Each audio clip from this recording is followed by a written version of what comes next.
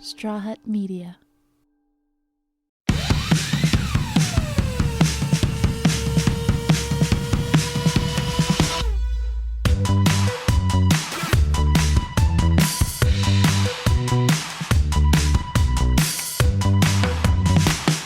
Hello, it's me.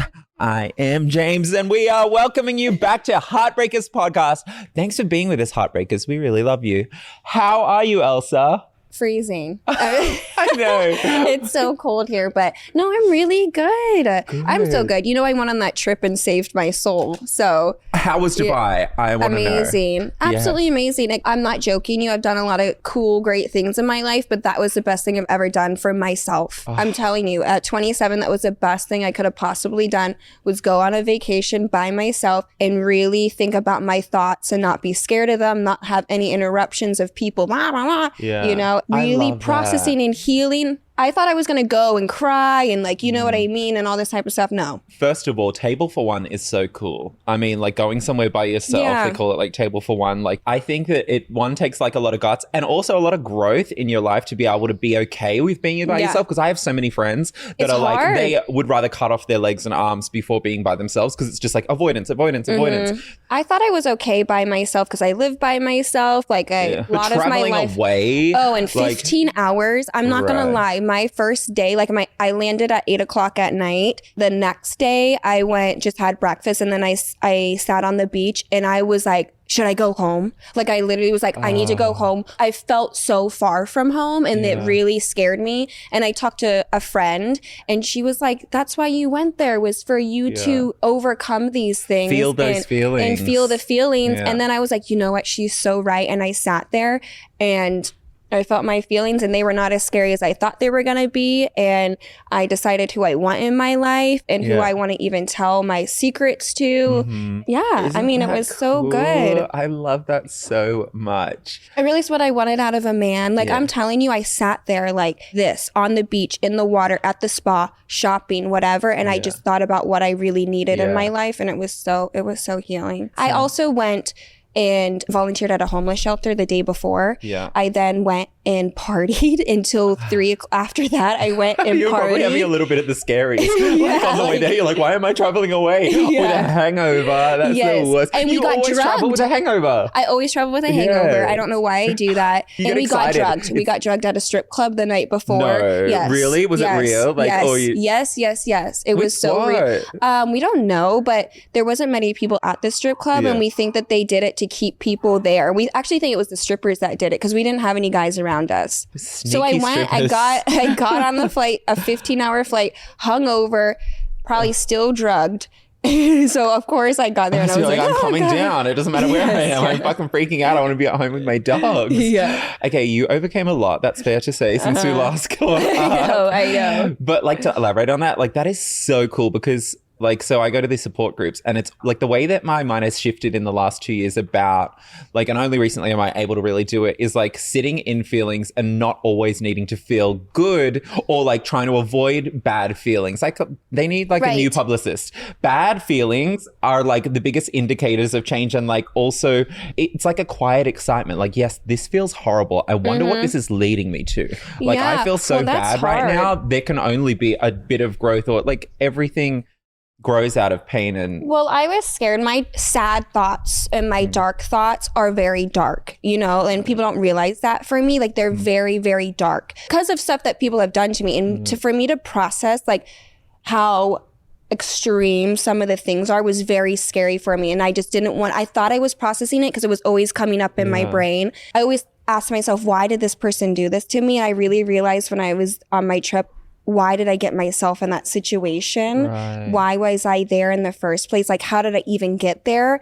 And that really has been what is the healing part for me, because I'm not going to get the answer from anybody on why they don't even know themselves why they have said or done, you know. No, and hurt people, so they're their own, like, they've got their own thing going on. It's hard to not in those moments like be like, why didn't I, you know, like, why did I let myself get in these situations? It's also just like we're living our lives and to be gentle with yourself is what I felt. But like, also the fact that you're even able to look at it objectively and stand back and be like, that happened and I wonder why I was in that it was situation, there. that you're already ahead of the game. I know. Like, and then another thing, it was like, I honestly was so scared to break down and not recover from it, like really like cry and like not be able to mentally bring myself back up. That's why I never wanted to process certain things. And that's not what happened. I didn't, like I said, I didn't even cry. You're scared that like if I open this door, it might bowl me over. Like I don't know what's behind that door. And I've been holding it shut for so long. It's like pushing out. But you're like, there's too many things behind the door now that it might just go boom. And then I'm like, oh, why did I did I open that? Because now I'm fucked. It's so funny because when you actually face your feelings, sometimes you're like, oh, I wish I did this ages ago. Like, and you're like, because it seems the unknown is like, it just gets built up so much, even though like shit is real and it's fucked up. It's so fucked like things up. that happen and I don't know exactly whatever. What What did you do while I was gone? I didn't do that. What did I do? I've just been kind of hanging out. I've been really good. Oh, I'm 4 months sober yesterday, like continuously now. So like, you know, I have my slips and whatever. Yeah. So it makes me, so the longer I go, like other things are removed from my life that aren't as like my anxiety really balances out. I go through moments of like, you know, my mind is very obsessive. So I can use anything as drugs. I can use people as drugs. I can use food as drugs, shopping, like anything else in the world. So like, watching other things come up when those other things that I usually medicate with are taken away. I medicate with other things, or like the constant need for validation, and that's like, you know, using people as drugs. Like, you know, tell me I'm okay, I'm doing a good job, or like, I'm a good person, or like love me, or think I'm cute. Like, you know, like so many things. Think I'm cute. Yeah. Sorry, the way you said. Well, that's why, because then I was like obsessively working out and like really trying to, and I'm like, this isn't healthy either. Because now, are you still on it? Yes, I am. Can't you tell? I wasn't sure if you stopped or if you lost a lot of weight. You have. So I was like, have you really? Yeah, of course. Okay, because then last week, I mean, I'm literally, I was forcing myself so much to eat that like I kind of broke through for a bit, so I had to up the dosage, because then I was just eating normally again. Like your body can get used to anything. But it was kind of nice to have a neck again. And then also just like, and not two chins. Yeah. And then I've been like flirting a little bit around town. You know what I found though? I was flirting with some of the people that like I've talked previously about, like wanting to date, and then they ended up getting boyfriends, and now I'm just somehow like everybody's friend now, and either they want 3 ways with me, or I am playing a dangerous game of like, but don't you want me?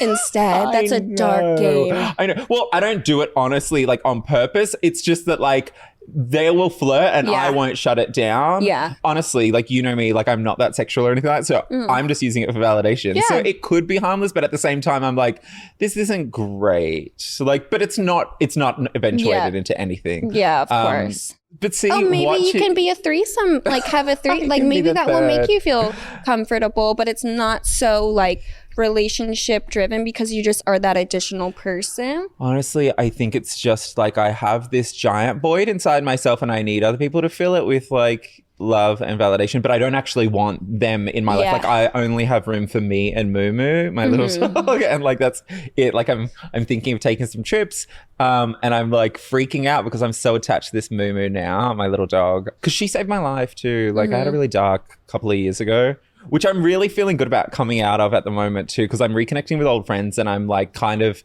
I'm looking at it in hindsight with them going like, oh, fuck, wasn't I fucked up? They're like, yeah, we didn't know what to do with you. Like, honestly, like it was a dark, they kind of blamed my ex-husband a little bit. They were like, we gave you to him in LA in like a pretty good shape and then he returned you all fucking broken and like didn't want to. And he's like, but was always pointing the finger at you and never took any responsibility. Maybe he destroyed your self-esteem. Yeah. Maybe he did contribute to where you're at emotionally and mentally. Clearly, I mean, you haven't really had a stable relationship since, right? No. So there's a lot of healing that needs to be done from that. You guys need to stop being friends. I know you still want to be friends with him, but don't do that. It's not good for him no, he always makes you feel like shit after. He always does. And you know, one of my exes actually tried to get a hold of me when I was in Dubai. And I was like, why are you making me feel like shit? Like he was like trying to scare me while I was there. And like exes can't be involved. I don't think they can. I know some people think, oh yeah, So I'm it's friends, these little but passive no. aggressive little digs, or like anything you do, it's like, of course you do that, or like blah blah blah, or Yeah. like, and I'm like, what is your problem? I'm calling you with sunshine and like happiness and like Well, they're whatever, and you're like, jealous. oh, you're a Pollyanna living in the clouds, and I'm like, what the fuck do you need to like? Why is that necessary? You having a bad day? He You need hates to make himself. someone He's having else- a bad day every day. That's a problem. Oh my God, at least have some happy days. Yeah, But, that's another thing that I decided to do. Like people who are always upset. You know how I tested? A lot of people lean on you. Remember we were saying a while ago, it was like, why does everyone call you with this shit? There was like some... Well, that's that. And I'm stopping that. Yeah. But you know another thing that I stopped, which I really figured out who were my friends. I had to dig deep into this. People's opinions really hurt me a lot. And not only their opinion, their bad advice affects me. And it's not advice that I'm going to them and asking for. I'm not sitting there. I have my 4 people. It used to be 5. I have my 4 people and I ask those people. I trust their advice because they've known me for such a long time that it's not actually advice. It's support and it supports my peace and nothing else. And everybody else in my life, I would just sit there and they would ask me, oh, what's going on in your life? Blah, blah, blah, blah, blah. And I would give up too much information. But then they would come and start giving me advice. And I'm not asking them, what do you think I should do with this person? What do you think I should do career-wise? And I was taking it in, even though I knew they were wrong. And I was actually acting those things out. And I was actually affecting me. Like subconsciously, it would just chip away. And people were, wanting to live through me. Why do you, because I was going to say, why do you think they're giving you this advice? Wanting to live through me. Jealousy. It hurts their egos. They want to see me fail. And then there's just like, they themselves just don't like where they're at. So they are giving me advice on where they're actually at in their life. And that's just not the case. And I decided like, I'm getting rid of the people and I'm testing these people too. Cause I was with somebody yesterday and I said, no, I'm at peace. Everything's good. And she was like, you know what, girl, you're not. You're blah, blah, blah. You're this, you're that. And not you're this and that. But she was like, I don't think you're really like, I know that so-and-so really hurt. And I was like, no, I'm at peace. Like, I'm not going to let this person, like I would seriously sit there and be like, I never actually thought about that person could do that to me. And it would actually go in my head. And I also have certain people that they seriously wanted a good story. They really wanted to laugh at what I was going through because do you think? Absolutely. Because I get myself in such crazy situations with such crazy so it was people. like a TV show for them. It like was. literally, It was you're amusement. like, My failing relationships and what was happening to me was amusement for people. You got to be so careful. But I didn't realize that. But same with your ex too. He's totally. I'm like, I'm like, this applies to so many people. I'm sure. And don't ever be around somebody and don't ever actually take advice when you're not asking for it. You know I'm what not they dealing say with is it. like you are who you hang out with 80% of the time or whatever. You know that's why like the friend circle thing is so good to like really take stock of like what's around you because by osmosis, is that what it is? Like osmosis, I think I'm using the right word. Like you absorb whatever that is. You'll start to be like it. Like that is like so if they're out ethics, they're not doing the right thing, or if they're like it will just start to become like. Is there anybody in your life that you actually admire and want their life? Yes. For me, no. There's nobody that I look and I'm like, wow, you're doing so good. I actually want what you have, or I would actually take your advice. And I actually was taking advice from people who I genuinely don't want anything to do with them or their own lives. So let me tell you, because I haven't been feeling in a great place, like until just recently, let's just say, and I've still got like lots of work to do forever for the rest of the time. But I've actually only started. So I was cutting myself off from the people that I actually really enjoyed, that really loved me for me, because I think secretly I knew that I wanted to do more harm to myself and be in that, and I didn't want to expose them to it. So like I was like, but I feel like I've missed out on so much time, and I felt really because I'm such a loner. Like I'll go away and isolate and just I don't usually reach. I think some really unhealthily, I don't usually reach out to anyone else. I just kind of figure it out somehow. And then like up until recently, I'm like getting out of that. And a lot of that is the support groups I've been going to for the last 2 years and like all of that information. And then just getting a little bat older too, because I'm like, oh, whatever. Everyone has these. I think I'm the only person in the world that, has bad situations or feels a certain way or feels unworthy or like, I was always kind of leaning on other things to make me feel validated, like you know, in the beginning it was like my dad's money, then it was who I was hanging out with, and then it was like, you know, so like now I'm like, whatever, no one actually gave a shit about any of that stuff. They all have more than I would ever have or no more than or they like, don't you know, even care. Yeah, that's they really the thing. They would not care. Yeah. I have friends that don't have as much as me, but they genuinely don't care. They're happy in their lives. They're happy, and those are the people that truly are supportive. It really isn't about what you can get from the person. Exactly. But I wasn't thinking that I'm not like enough, you know? So like, why would they, like, I'd always be curious, like, why are like nice people with their heads, like literally one of them that I'm thinking about right now, she used to change my diapers. My dad and her dad were best friends for 25 years. She's always been there for me. She's so amazing. And I've been avoiding her for the last 2 years, like honestly. And I'm like, why would I do that to myself? There's never been a time where she's ever given me the assumption that I wouldn't just be enough, like that, like just hang out with me because she thought for some other thing that I was cool because of A, B, and C. That is not the case. Like I have to get better with that. And you have to get better with that. You know, like we are enough and we have to give people a chance to love us, but in a really healthy way. In like, a healthy way. I decided my red flag for a friendship is if they start giving me advice when I'm not asking for it. Yeah. That's my red flag for friends. I won't continue to be your friend. Yeah. I don't care about anything else. I don't care what you're doing in your life as long as it's not affecting me. I don't care how much you make. I don't care how you look. But do not give me negative comments or advice. Don't comment on the way I look. Don't comment on what I'm doing. Like, none of that can happen. None of it. Scary. I know. Well, you know what? You just need people to listen to. Why do people need to give you advice? Like, because they want that advice. They're speaking out what they want to do for themselves, but they're not realizing that I'm sensitive. I realize that I'm sensitive, and it's okay for me to be sensitive. Like, I'm really a sensitive person. Seriously. Seriously. With my bob. That's why you got the bob, so people can know. I got the bob because I didn't want to blow dry the hair. Oh, that helps a lot because it's shorter. Helps. All that extensions down to here, when I'm in the water, I can't get that ocean water out. And I didn't want to spend 2 hours a day blow drying my hair. That is wasted time. It is a waste of time. Well, I love this. Jeez, we've gone deep on this one, but it's good. There's growth. I feel like if you watched our first episode until now... and I stopped smoking weed. I don't smoke weed anymore. Yes, oh my God. I know. So why did you do that? What did you feel was the downside to that? I felt like my eyes weren't as like vibrant and like sparkly to people. Like seriously, I've heard that. I felt like my skin, it was affecting my skin. I felt like it was literally affecting the way I looked. I miss it. I'm not going to lie. Like I miss smoking weed right before I go to sleep and just watching TV and calming myself down.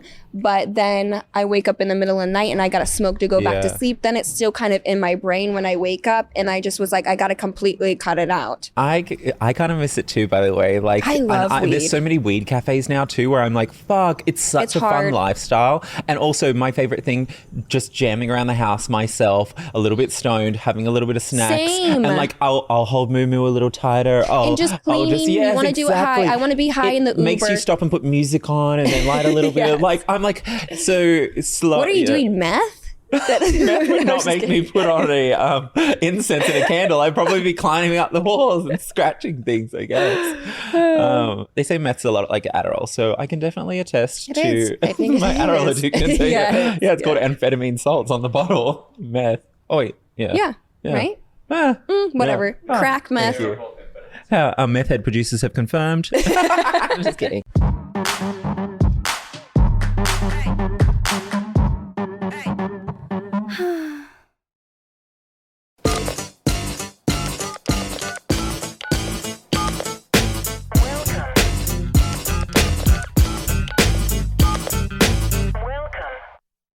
All right. Okay. Let's hit a couple of these questions because we are running out of time.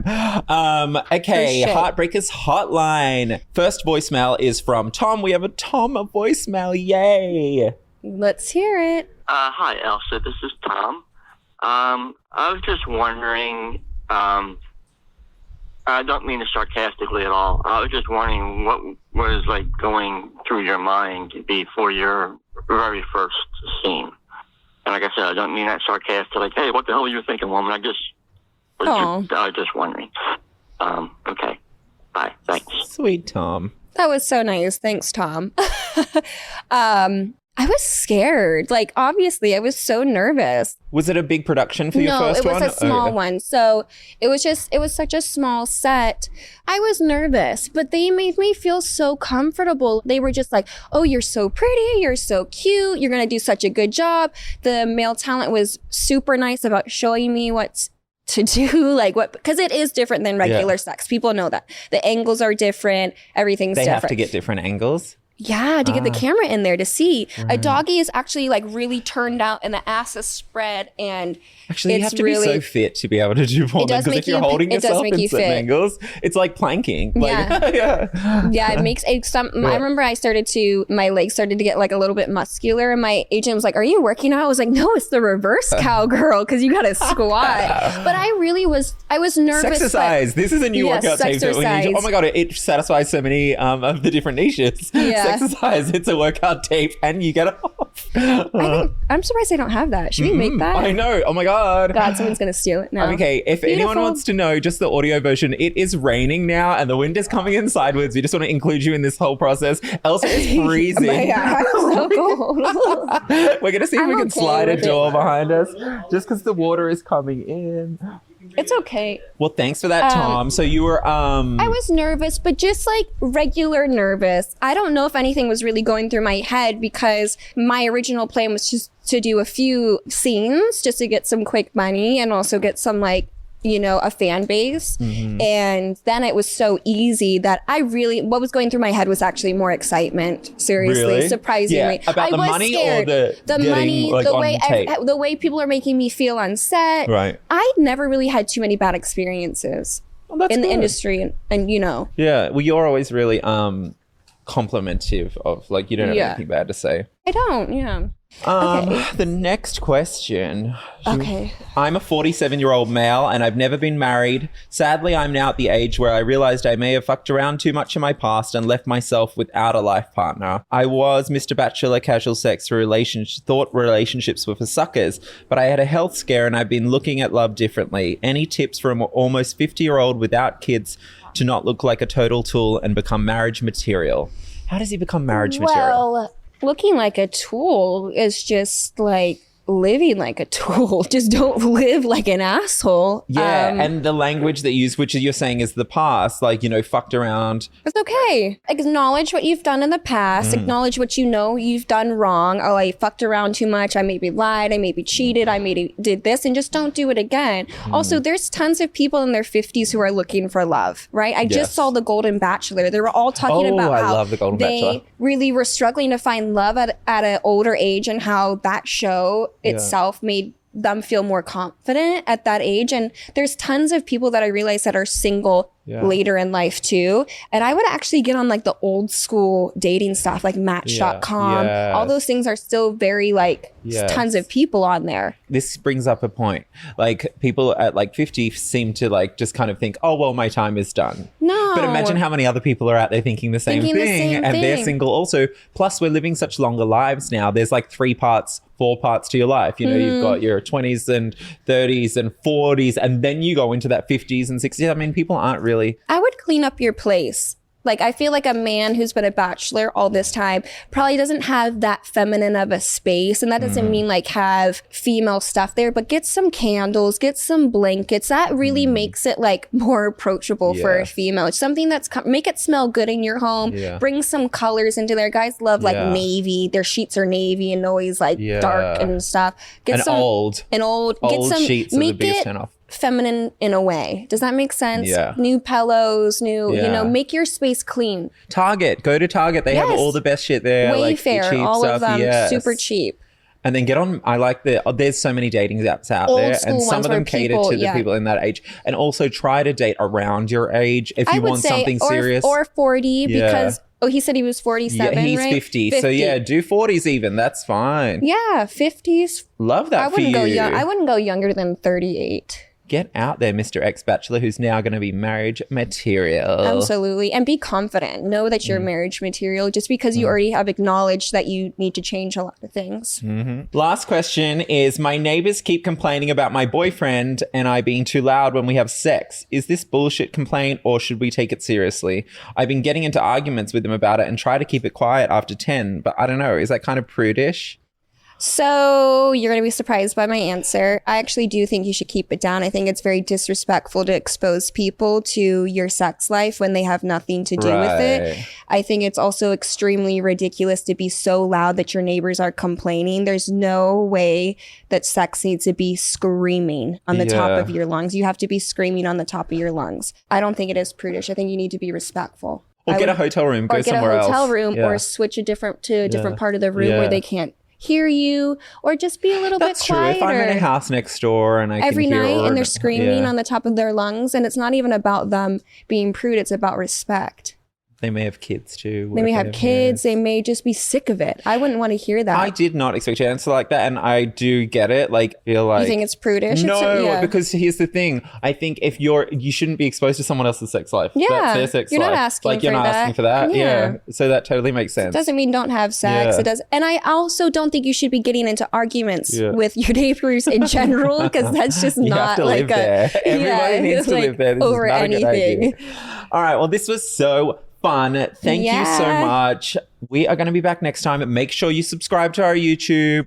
We are now on OFTV also. Yes. And everywhere else you find us. Absolutely everywhere. Yay. Have a good week, guys. Bye.